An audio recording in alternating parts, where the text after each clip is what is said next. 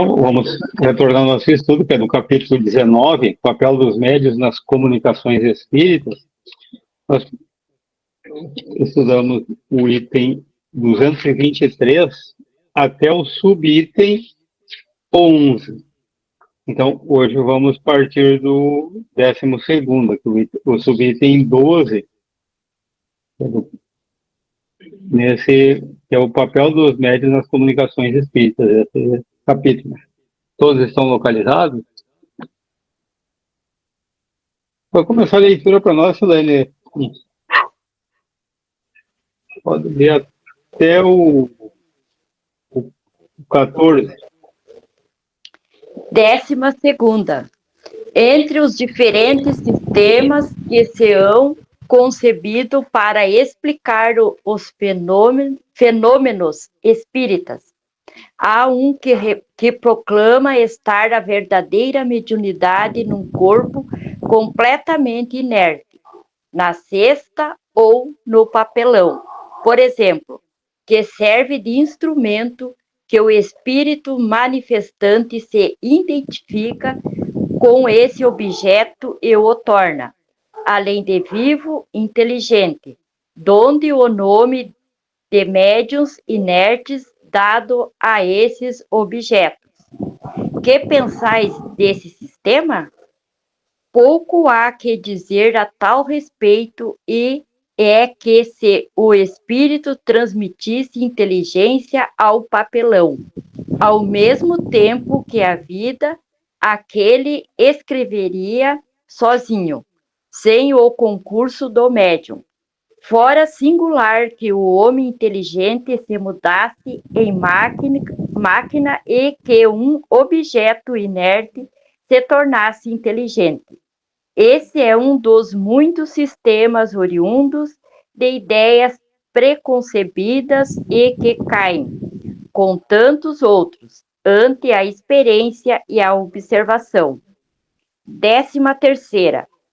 Um fenômeno bem conhecido poderia abandonar a opinião de que nos corpos inertes animados há mais do que a vida, ou das mesas, cestas, etc., que, pelos seus movimentos, exprimem a cólera ou a afeição? Quando um homem agita cólerico, um pau não é o pau que está presa de cólera, nem mesmo a mão que o segura, mas o pensamento que dirige a mão. As mesas e as cestas não são mais inteligentes do que o pau. Nenhum sentimento inteligente apresentam, apenas obedece a uma inteligência. Numa palavra, o espírito não se transforma em cesta, nem nela se domicilia. 14ª.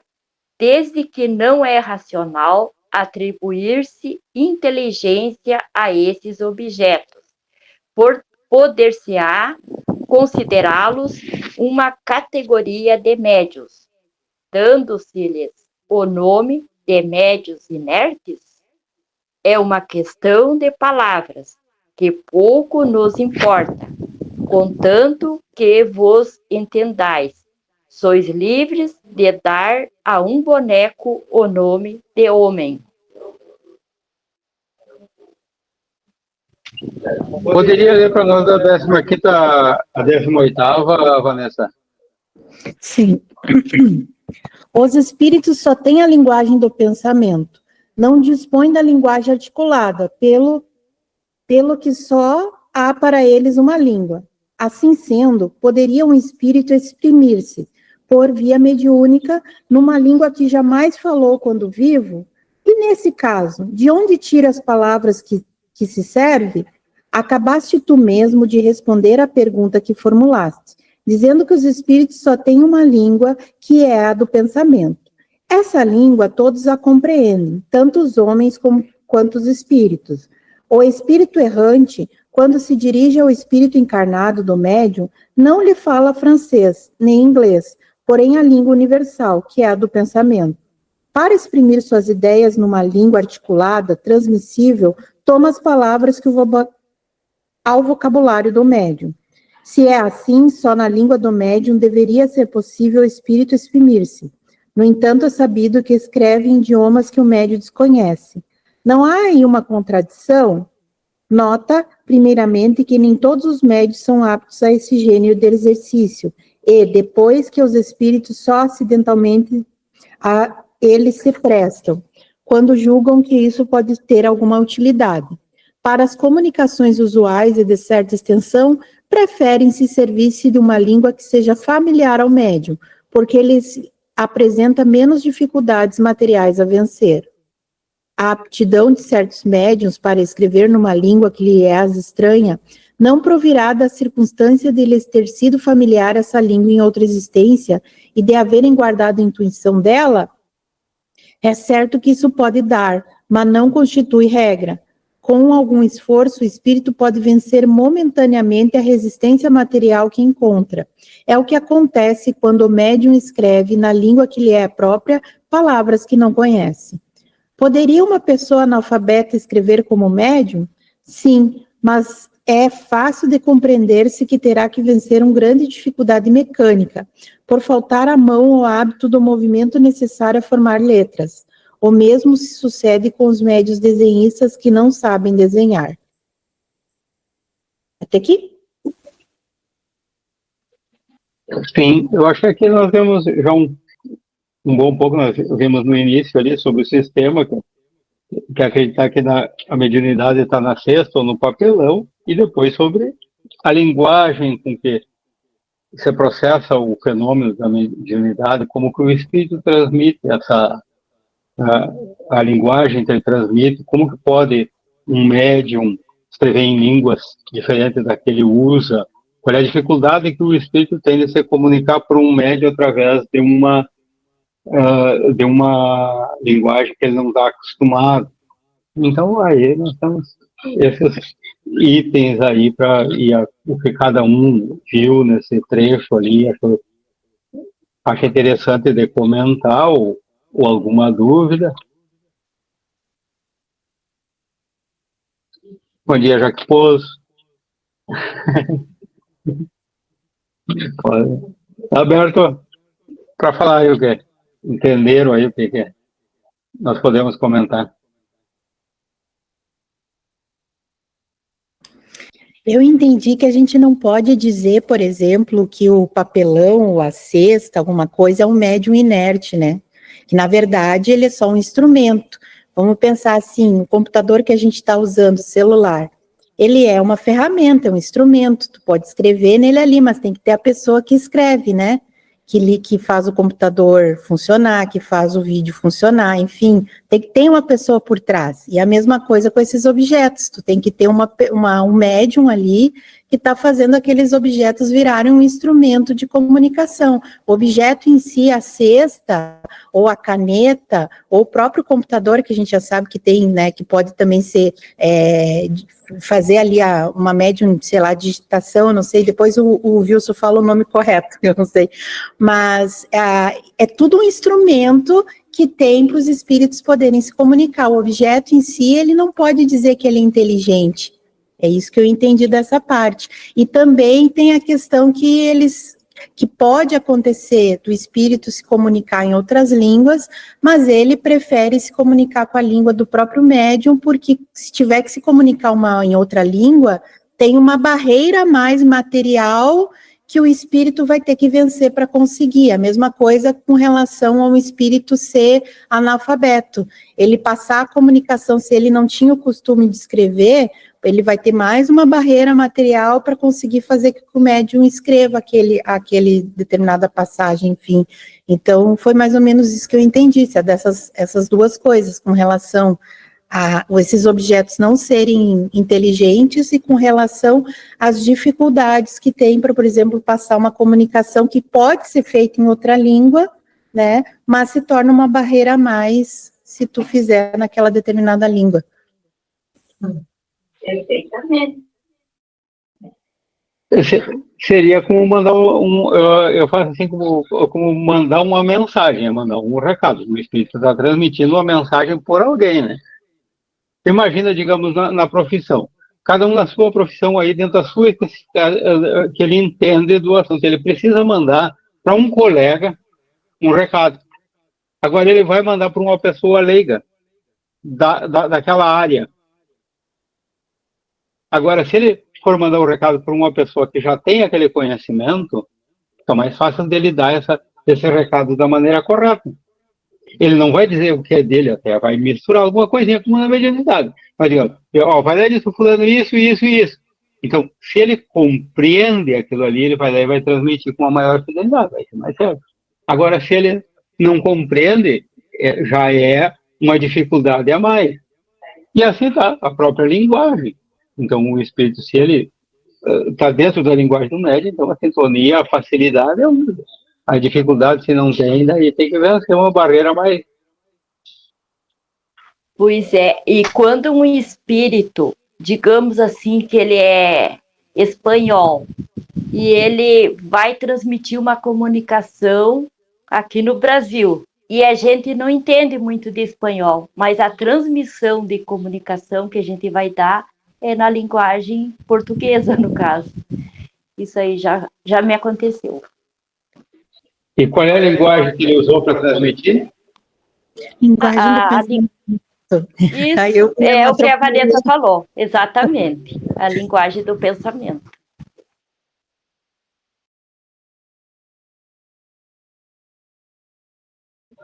Tu sabe que eu me lembro. Selonê, pode falar, Vanessa. Eu me lembrei do meu esposo, né? Meu esposo agora começou a aprender alemão. Ele passa o dia falando aquelas palavras que eu não entendo nada ali.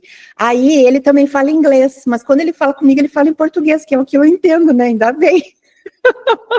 Porque se ele começar a falar comigo em alemão, inglês até eu entendo um pouco, né? Mas aí o alemão não dá. É a mesma coisa os espíritos.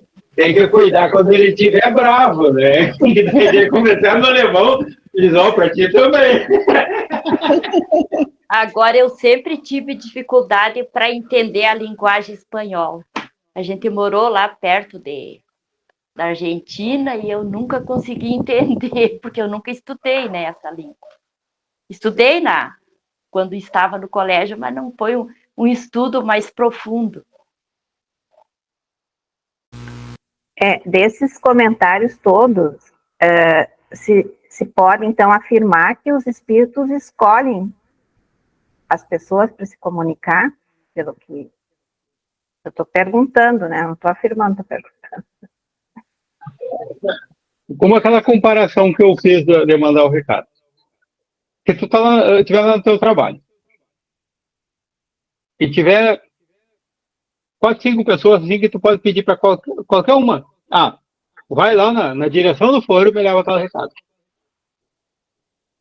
Daí tu tem uma pessoa que sabe que é leiga do assunto, que não sabe daquilo ali que está falando, tem outra que sabe que ela entende melhor, sabe uma que ela tem mais facilidade de compreensão, de transmitir aquilo que tu quer. Se tiver essas 4 pessoas, tu vai escolher uma?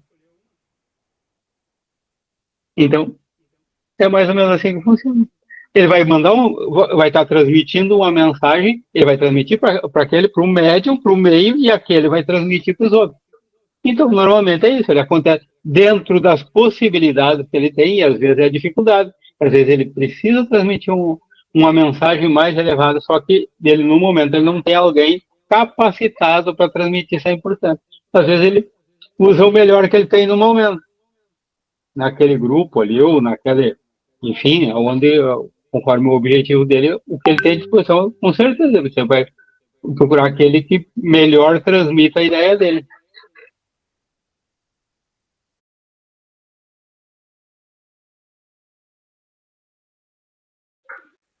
Alguém mais? Wilson, vai querer falar agora ou vai deixar para reunir mais adiante?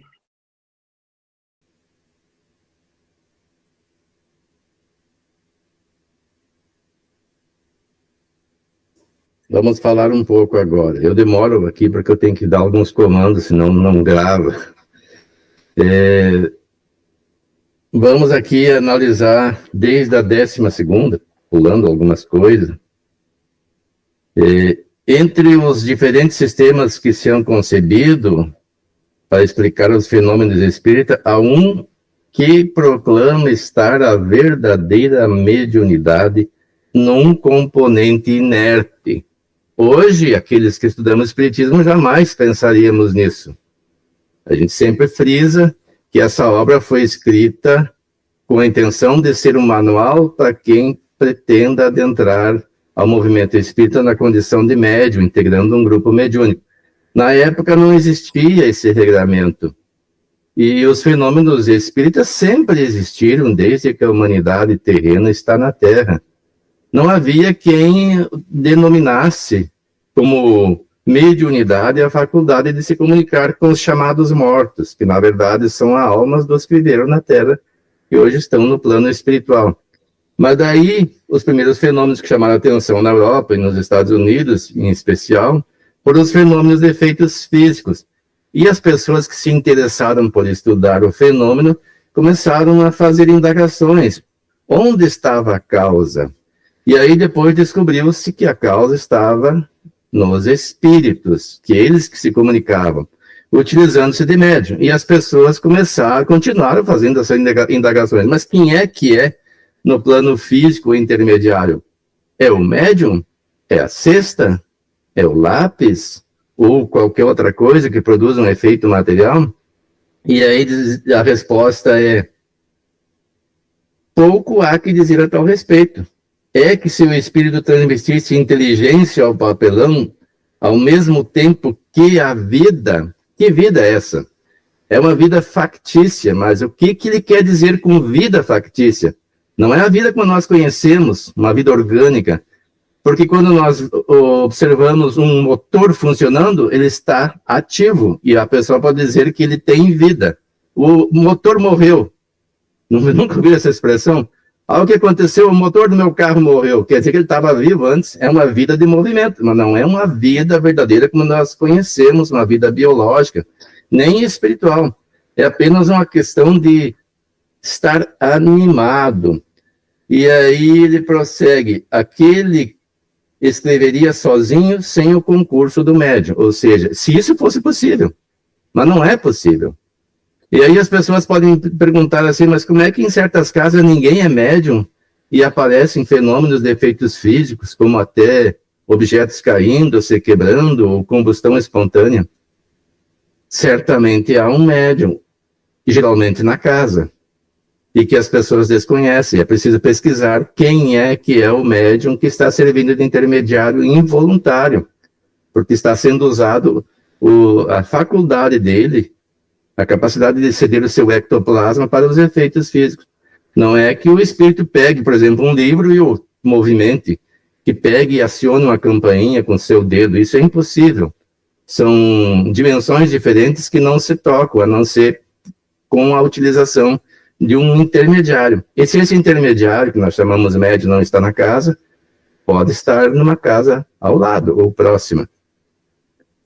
E então a lógica diz que o objeto não pode ser intermediário. Sempre o intermediário é um ser encarnado. E mais aí na 13ª, na resposta, numa palavra: o espírito não se transforma em cesta, nem nela se domicilia. Porque se ele ganhasse vida, seria como se ele recebesse numa espécie de possessão o espírito para se manifestar. Isso é impossível. E aqui na 14ª, desde que não é racional atribuir-se inteligência ao objeto. Por que está fazendo essa observação Allan Kardec? Porque a inteligência que se manifesta nos objetos é extraída do médium. Como foi comentado aqui, o espírito se manifesta pelo pensamento. Nós temos noção do que é o pensamento? Porque quando nós pensamos, nós transformamos inconscientemente o nosso pensamento em palavras, em frases, de uma forma verbalizada. E a gente sempre fala aqui o que é a verbalização do pensamento. É um simbolismo criado pela sociedade em que estamos inseridos. Para comunicar o pensamento, foi preciso criar esse simbolismo. No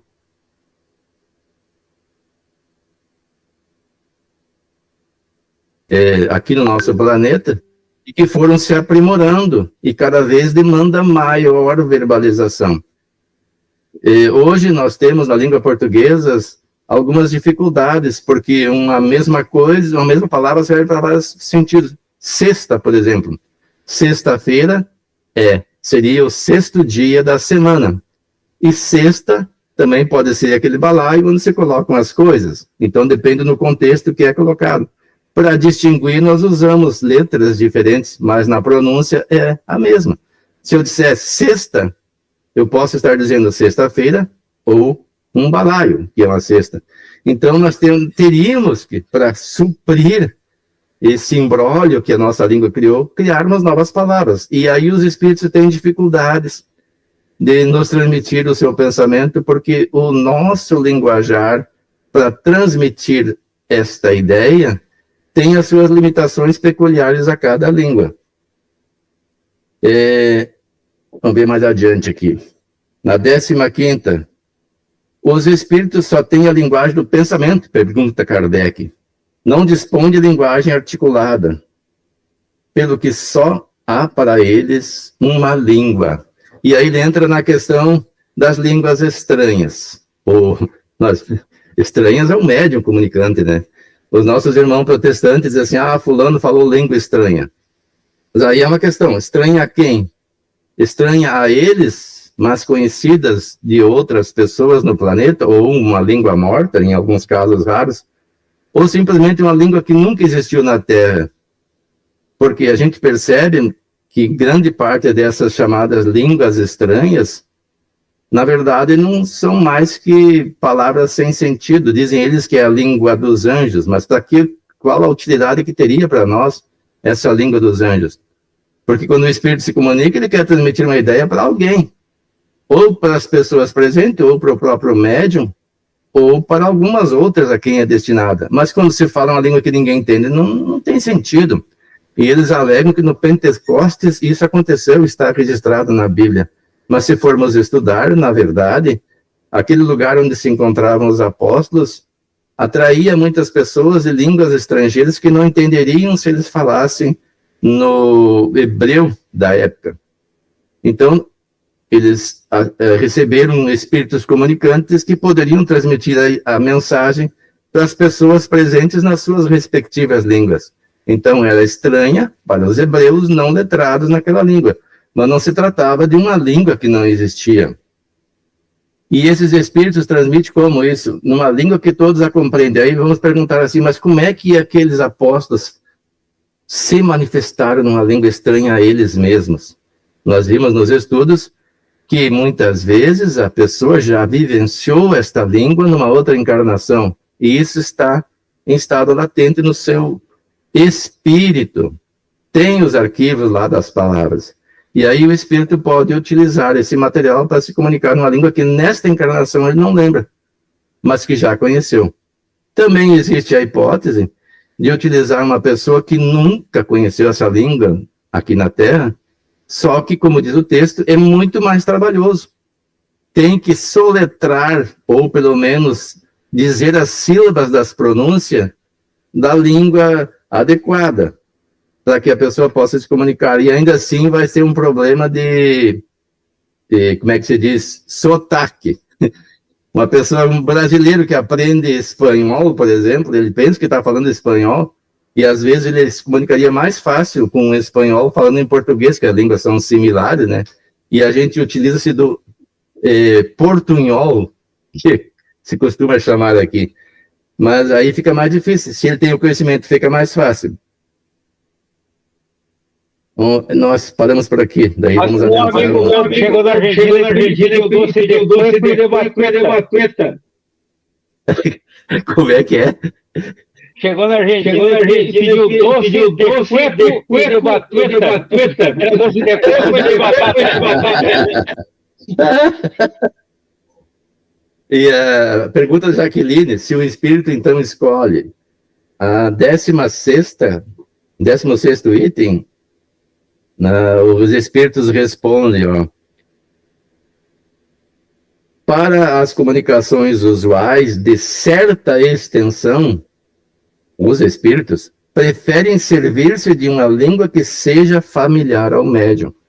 Daí as suas escolhas, nesses casos específicos, que raramente eles vão pegar um médium que não tenha nenhuma familiaridade com a língua estrangeira para se expressar nessa língua estrangeira, pelas dificuldades mesmo. Os espíritos sérios, eles têm uma agenda bem organizada, e num caso desse demandaria mais tempo, e eles não têm esse tempo livre, não são ociosos. Ociosos são os espíritos imperfeitos, que muitas vezes são utilizados, ociosos entre aspas, né, mas que têm mais tempo livre para fazer certos fenômenos sem maior importância, como os defeitos físicos.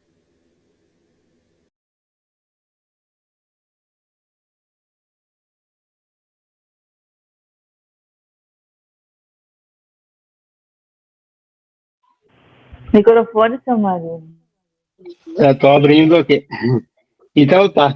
Eu acho que vamos passar adiante na leitura, depois se ficou alguma coisa para nós comentar, desse aqui fica livre, depois não tem problema, porque também o assunto não continua, não é diferente no prosseguimento, né? Então vamos para o 19º item, e daí vamos até o final, até o 23º. Pode ser, Celone, a leitura? 19 em diante até o final. Tá bom. 19º. Poderia um médium muito pouco inteligente transmitir comunicações de ordem elevada?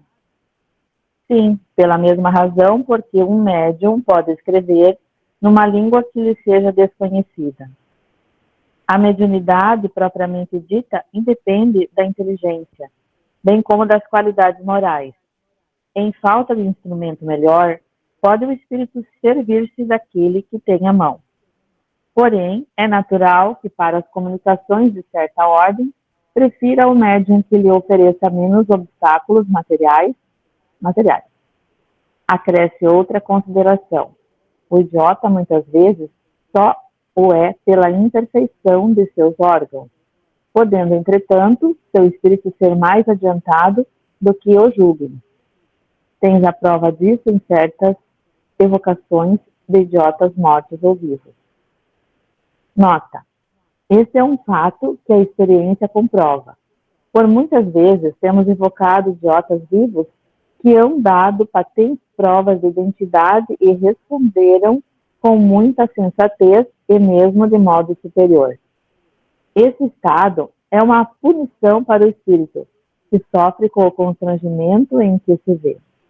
Um médio idiota pode, pois, oferecer ao espírito que queira manifestar-se mais recursos de que se supunha. Veja a Revista Espírita, julho de 1860, artigo sobre a frenologia e a fisiognomia. 20º. De onde vem a aptidão de alguns médiuns para escrever em versos? A poesia é uma linguagem. Eles podem escrever em versos, como podem escrever numa língua que desconheçam. Depois, é possível que tenham sido poetas em outras existências, e como já te dissemos, os conhecimentos adquiridos jamais os perde o espírito, que tem de chegar à perfeição em todas as coisas. Nesse caso, o que eles hão sabido lhes dá uma facilidade de que não dispõem no estado ordinário. 21º. O mesmo ocorre com os que têm aptidão especial para o desenho e a música? Sim, o desenho e a música também são maneiras de se exprimirem os pensamentos. Os espíritos se servem dos instrumentos que mais facilidade lhes oferecem. 22º. A expressão do pensamento pela poesia, pelo desenho ou pela música depende unicamente da aptidão especial do médium ou também da do espírito que se comunica? Às vezes do médium, às vezes do espírito. Os espíritos superiores possuem todas as aptidões. Os espíritos inferiores só dispõem de conhecimentos limitados. 23ª.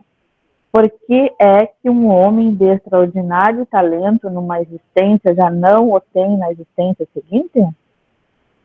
Nem sempre assim é. pois que muitas vezes ele aperfeiçoa numa existência o que começou na procedência. Mas pode acontecer que uma faculdade extraordinária dormite durante certo tempo, para deixar que outra se desenvolva. E um germe latente que tornará a ser encontrado mais tarde e do qual alguns traços, ou pelo menos uma vaga intuição, sempre permanecem.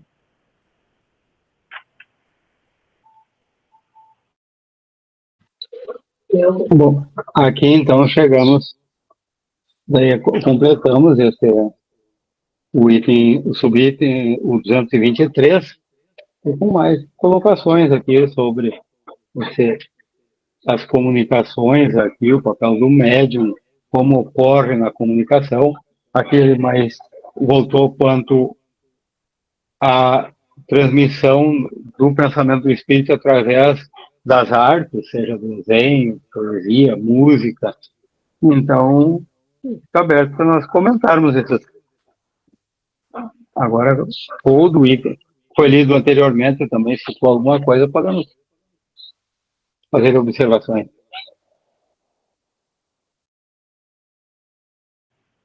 A título de esclarecimento ali, né, quando ele tem a nota ali, que ele fala do idiota, é uma expressão que eles usavam naquela época para as pessoas que tinham alguma dificuldade, né, alguma deficiência, né, para se entender.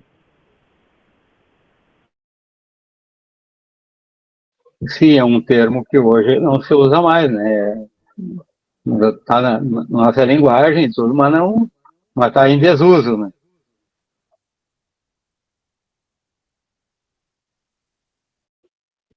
Geralmente ele só é usado em termos pejorativos, né? Hoje, quando quer ofender alguém, chama de idiota. O que me chamou a atenção aqui foi que os médiums superiores, eles possuem todas as aptidões. E os espíritos inferiores só dispõem de conhecimentos ilimitados. Isso aqui me chamou bastante atenção. Que nem o Chico Xavier, ele era um espírito que ele possuía todas as aptidões, porque ele é um espírito mais evoluído.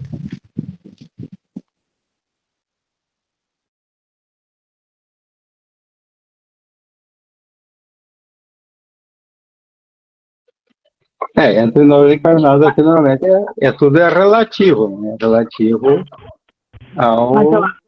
ao conjunto que nós nos encontramos, né? Então, entre os espíritos, a evolução aí é vasto. Então, o que para nós parece perfeito, já chega num plano mais superior, seria um princípio naquele plano, né? Então, Eu entendi ali como a Silene falou, do Chico Xavier, no caso aqui, os espíritos, não seria o médium, o Chico é o médium, né? Eles estão se referindo aos espíritos. Quando eles falam de espíritos, eu entendo que são de uma escala superior até mesmo do Chico Xavier. Ele também era mais elevado que nós, né, com certeza. Mas eu entendo aqui que eles querem falar dos espíritos da escala de Jesus, que entende tudo mais um pouco, né? Sim, mas aqui, ó, diz assim, às vezes do médium, às vezes do espírito. Os espíritos superiores possuem todas as aptidões. Eu entendi que é um médium que nem o Chico Xavier, que ele tinha, né, todas as aptidões. Tinha e tem. aqui ele se refere às duas coisas. Ele se refere ao médium e ao espírito. Então, na condição, claro que o médium não deixa de ser uma alma, um espírito encarnado, no caso. Mas ele falou, quando falou o médium e o espírito, é uma coisa e outra. Então, aqui, como ele está falando das comunicações, ele está falando do espírito comunicante, que daí é uma coisa diferente do médium. Então, nesse sentido aqui, claro que dizer, o Chico era um espírito evoluído, com certeza, relativamente, era um espírito evoluído, sim, mas nesse contexto aqui, ele separou as coisas, o espírito comunicante e o médium. Então, ele abrange os dois, né? ao médium e ao espírito superior, no caso. Bem, aqui tem uns pontos que chamaram mais a atenção, pelo que eu vi, do que outros. Na questão 19, a mediunidade, na resposta do espírito, propriamente dita, independe da inteligência, bem como das qualidades morais. Nós temos uma tendência de endeusar os médiuns, não os mais esclarecidos, mas no começo, quando entramos no espiritismo, nós achamos que o médium é uma espécie de santo. E as pessoas que não conhecem o espiritismo, ou elas descreem totalmente e zombam, ou acham que a pessoa tem alguma coisa diferente do restante da humanidade, de superioridade. Eu me recordo, quando eu era criança, eu frequentava o Fé e Esperança, eu morava na DITS, aí no fim da DITS, entre a Teche e DITS, nem sei se é Teche ou DITS, fica na mistura ali. E para ir à Sociedade Espírita Fé e Esperança, passava por campos. Hoje é tudo casa, até prédios tem no caminho. E a Fé e Esperança ficava onde ainda hoje é, sempre ficou ali, perto do Colégio Missões. E passava por um carreirinho daqueles que se formavam, que nem carreirinho de formiga que as pessoas criam, de tanto passar pelo mesmo lugar, e todo mundo passa ali, fica marcado, fica até afundado o trecho. E eu recordo que eu ia caminhando ali, e tinha um casal brigando. E por esse casal passou uma médium, que no meu ver era muito conceituada, e eu tinha essa visão, que médium era um ser superior, era uma pessoa que já estava bem adiantado, e até, se não me engano, era no nosso círculo familiar, não estou recordado quem era, já desencarnou. E quando ela chegou perto de mim, foi uma surpresa, porque ela veio rindo, disse assim, eu queria ver eles, eu não me lembro o termo que ela usou, mas como fosse se agarrarem, ou aquele termo pejorativo, né, pegar no pau, ou seja, agredir-se mutuamente. E eu fiquei chocado, porque na minha visão, uma médium do centro espírita ter essa vontade de ver as pessoas se agredindo e se divertindo com isso, para mim aquilo era chocante. E eu, uma criança, eu nem me recordo a idade que eu tinha, mas era bem novinho mesmo. No máximo eu tinha uns 7, 8 anos, talvez menos, que eu não recordo direito. E depois, mais tarde, que eu fui entender nos nossos estudos que a mediunidade não depende da nossa faculdade, do nosso intelecto e nem da nossa moralidade. E grande parte dos casos das pessoas que recebemos a faculdade mediúnica nos seus diversos tipos, somos espíritos altamente comprometidos diante da própria consciência e que ainda trazemos latentes, se não patentes, essas imperfeições. Como no caso dessa senhora que eu me refiro. E mais adiante diz assim, já foi bastante comentado, idiota, a palavra idiota. Na época não tinha nenhum problema em falar idiota, porque o sentido disse de uma pessoa que carece de inteligência, de discernimento, tolo, ignorante, estúpido. Mas nada disso no sentido pejorativo. Hoje é dito no sentido pejorativo. Como disse o Marino, quando quer ofender alguém, chama de idiota, ou de estúpido, ou de ignorante. Ignorante é quem não conhece. Nós todos somos ignorantes da imensa maior parte das informações.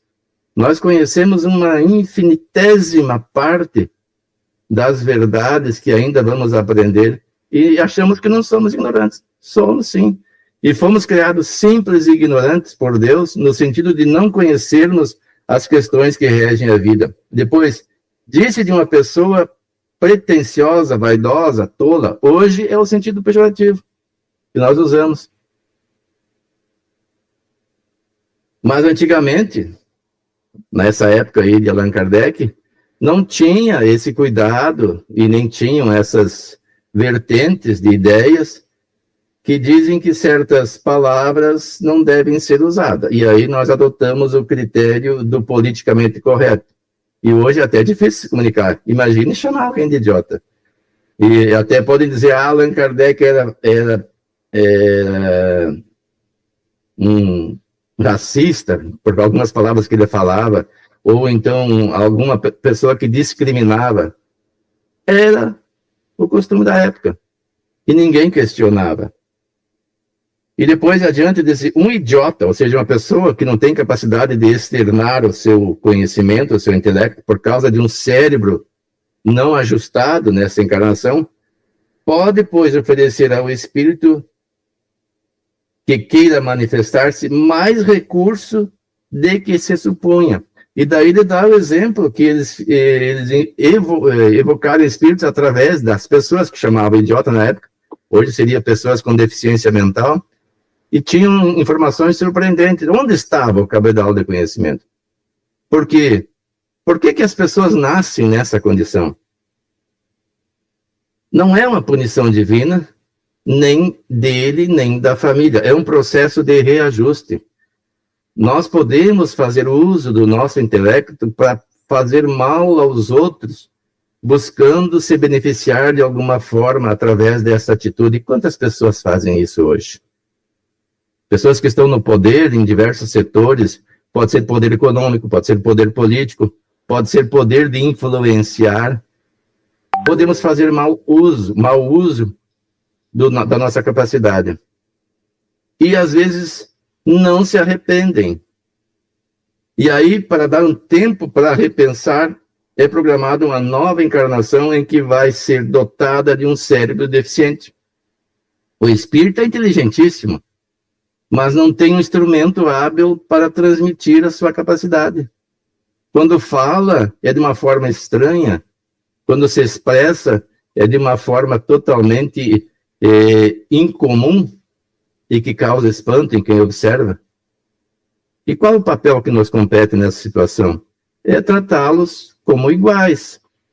Uma vez eu fiz uma palestra sobre crianças com deficiência ou pessoas com deficiência, e quando nós falamos e estudamos sobre esse assunto, a gente tem que reflexionar, porque somos os primeiros a aprender e devemos colocar em prática. Eu não sei, eu acho que foi um domingo antes que eu fui na Praça do Brick, no tempo que eu ia, agora nossos estudos não nos permitem mais, e tinha um show sendo dado ali naquele palco aberto, e ali tem uma espécie de arquibancada de concreto, e tinha um casal com, entre os filhos, se não me engano, uma menininha numa cadeira de rodas, totalmente incapacitada de expressar o seu pensamento, mas ela tinha percepção do que acontecia. E eu fui falar com a família e me dirigi aos pais, como se ela não fosse capaz de me entender. Aí eu me lembrei do que eu estava estudando, porque eles percebem, nós não podemos tratá-los como diferente e falar deles como se eles não estivessem presentes. Da mesma forma que uma pessoa que está em coma, geralmente a gente chega perto e pensa, não, ela não fala com outras pessoas, como se ela não existisse. Ela está percebendo tudo, o espírito percebe tudo. Claro que no estado de coma é menos comum, mas no estado dessas pessoas que têm uma deficiência, que nós chamamos de deficiência mental, não é deficiência mental, é deficiência no aparelho de transmitir. São inteligentíssimas, e muitas vezes pessoas mais inteligentes do que nós, e que estão passando por esse processo para dar um tempo para reflexionarem. Porque ao final de cada encarnação, a gente faz uma reflexão do que fez, do que deixou de fazer na última encarnação, nas razões das experiências por que teve que passar, e avalia se o que fez foi bom ou ruim, e onde deve melhorar e onde deve reforçar as atitudes. E no caso dessas pessoas, ao final da encarnação, ela vai fazer uma análise. Eu tive que passar por todas essas experiências, quais as causas? E aí vai ser ajudada a compreender e fazer a sua análise e o que ela tem que fazer para agir melhor. E vai ser oportunizado a ela, se ela não se rebelar, outras encarnações em que ela vai utilizar esse cabedal de conhecimento, o seu potencial, no outro sentido, para o bem dos demais e não para prejudicar os irmãos. Então, esses irmãos, mesmo assim, nessa condição, podem, se médiuns forem, servir de instrumento para comunicações importantíssimas, porque eles têm conhecimento. E o Espírito tem material para se manifestar. E aqui, A Silene falou se os espíritos e os médios possuem todas as aptidões. Nós estamos num planeta que ainda é de provas e expiações. Está transitando para um planeta de regeneração. E tem mais ainda dois passos adiante para comportar o progresso possível na condição de encarnado. Quando o espírito atingir o último patamar dos mundos ditosos ou sublimes e não precisar mais reencarnar nem nesses planetas, aí pode-se dizer que eles têm todas as aptidões. O que são aptidões? Aptidões de atuar em qualquer campo do conhecimento humano. E não é qualquer espírito que tem. Como ela falou, na Terra, só Jesus, que a gente saiba que tenha todo esse cabedal de aptidões e conhecimento. Os demais, ele mesmo disse que o menor do reino dos céus era maior do que João Batista, e que era o ídolo da época em termos de evolução moral. Imaginemos nós. Então, na Terra não tem um médium, nem mesmo Chico Xavier, que tenha todas as aptidões. Ele tinha as aptidões de vários campos, mas não todas. Se tivesse todas, ele não precisaria de ninguém para auxiliá-lo em nada. Ele, por exemplo, não podia nem se defender, ele tinha que ter seguranças, porque muita gente queria até matá-lo. Então, ele tinha uma pessoa que cuidava da sua integridade física. E nós precisamos uns dos outros, nós não temos todas as potencialidades. O espírito do patamar de Jesus tem. Ele tem a capacidade, pelo seu padrão vibracional, impedir que alguém lhe faça mal. E alguns poderão perguntar, mas por que então ele foi preso e crucificado? Para nos servir de exemplo. Porque nós não somos capazes de evitar isso. De mesmo diante da agressão injustificada, não reagir de uma forma que passemos a nos comportar como eles, irracionais e violentos. Ele simplesmente perguntou uma vez para um soldado que agrediu, por que me batesse? Perguntou. Ele não reagiu. Então a gente deve se exemplificar nele e perdoando. Perdoou mesmo pregado na cruz, pedindo a Deus que perdoasse porque não sabiam o que faziam. Então ele tem essa capacidade. Nós vamos chegar lá. Alguns vão dizer que isso é heresia, mas ele mesmo disse, aquele que em mim crê fará essas coisas e tantas outras. Então, deixa eu ver, até aqui que nós estudamos, né? Não, tem mais uma aqui. 23. Por que é que um homem de extraordinário talento na existência já não tem na seguinte? E aqui está aquela questão que a gente sempre fala, né? Que nós nascemos numa encarnação, quando nós atingimos o ápice que o planeta pode nos dar, ou pelo menos próximo disso, de conhecimento numa determinada área, e nós temos a tendência de nos acomodarmos, porque é muito mais fácil eu me aprimorar naquilo que eu já conheço, do que procurar desenvolver outra potencialidade. Eu, por exemplo, se sou um expert na língua portuguesa e amo português, mas não conheço outra língua, vou ter a tendência de só me aprofundar no português. Então, poderá ser que numa outra encarnação nasça num país de outra língua. Ou então, se eu for um médico famoso e ganhar muito dinheiro com isso e adquirir notoriedade, vou querer sempre ser médico. E por aí por diante. E aí, para que a gente desenvolva outras potencialidades, isso fica no inconsciente, guardado, não se perde na futura encarnação. E aí a pessoa nasce com o cérebro virgem pronto para receber outras informações.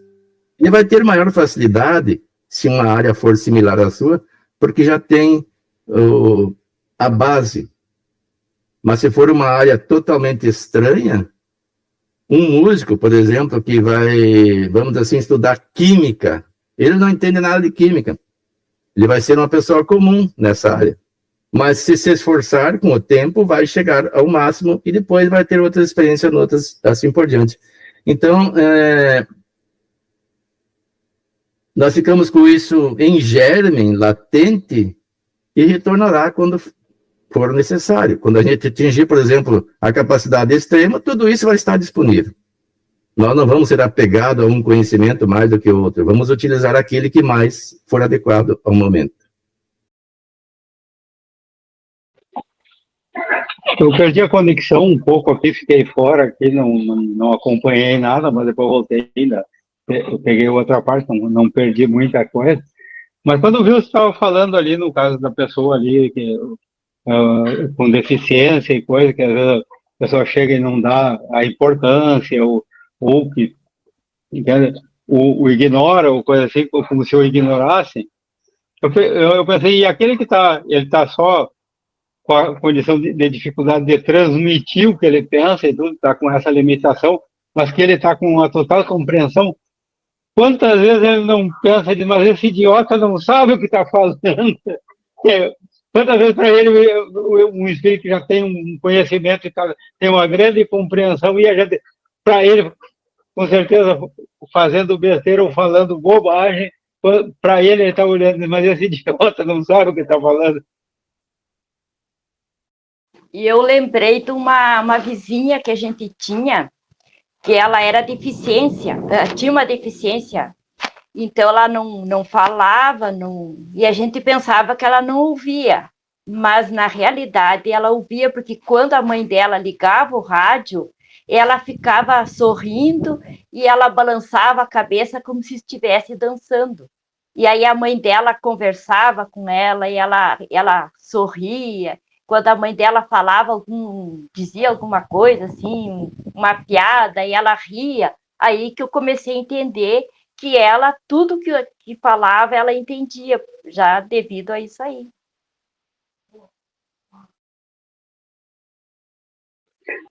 Eu, no interior do lugar onde a gente morou, tinha próximo um rapaz que era bem assim, elevado, assim, não tinha nenhum tipo de comunicação. Mas a única coisa que ele não podia ficar, que daí ele surtava, ele tinha problema, era sem ligar o rádio na hora da oração da Ave Maria, que tinha às 6 horas da tarde, tinha rádio que dava aquele programa ali, e ele acostumou aquilo, e aquilo era necessário para ele manter a harmonia. A família sabia que chegava aquela hora, tinha que ligar, porque eu estava achando perto daquela hora, ele já ficava ansioso e tudo, aí colocava, ele ficava paradinho, ele prestava atenção naquilo ali, e aquilo ali eu mantinha, que eles não podiam deixar sem.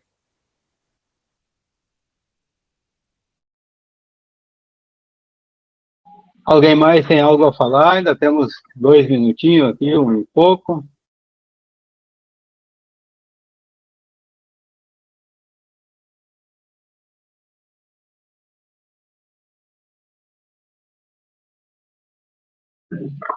Helena, tem nada para nos falar? Ela tá falando, mas a linguagem dela, ele tá falando. Oi, Helena, tudo bom? Dá oi. Faz assim, oi. Oi. Tchau, tchau. Oi. Desculpa. Viu que deram oi para ti?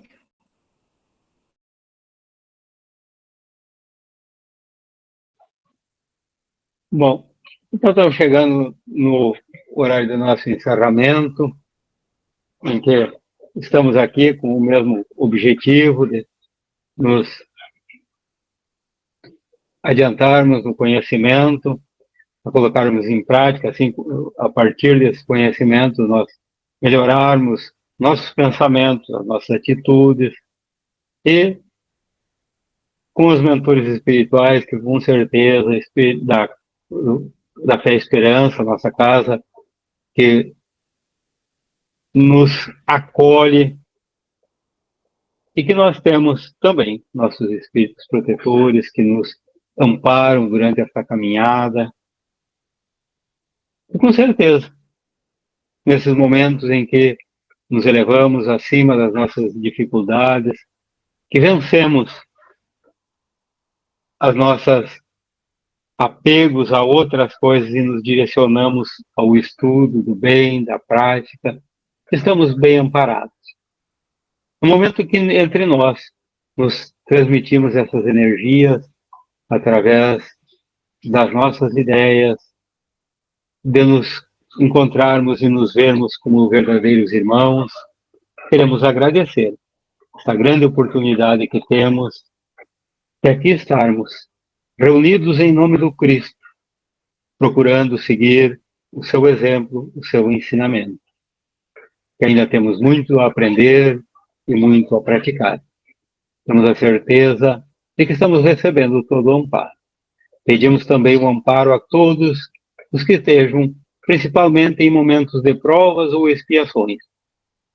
Pedir ajuda para aqueles que estão em momentos cruciais de tomarem decisões que podem afetar para o bem ou para o mal a sua vida, para que dentro do seu livre-arbítrio possam tomar a melhor direção. Agradecer por tudo, o que sempre recebemos, o que estamos recebendo e o que receberemos ainda durante a nossa caminhada. Com a certeza de que estamos bem amparados, em nome de Deus e de Jesus, estamos por encerrado o nosso encontro de estudo do dia de hoje. Que assim seja.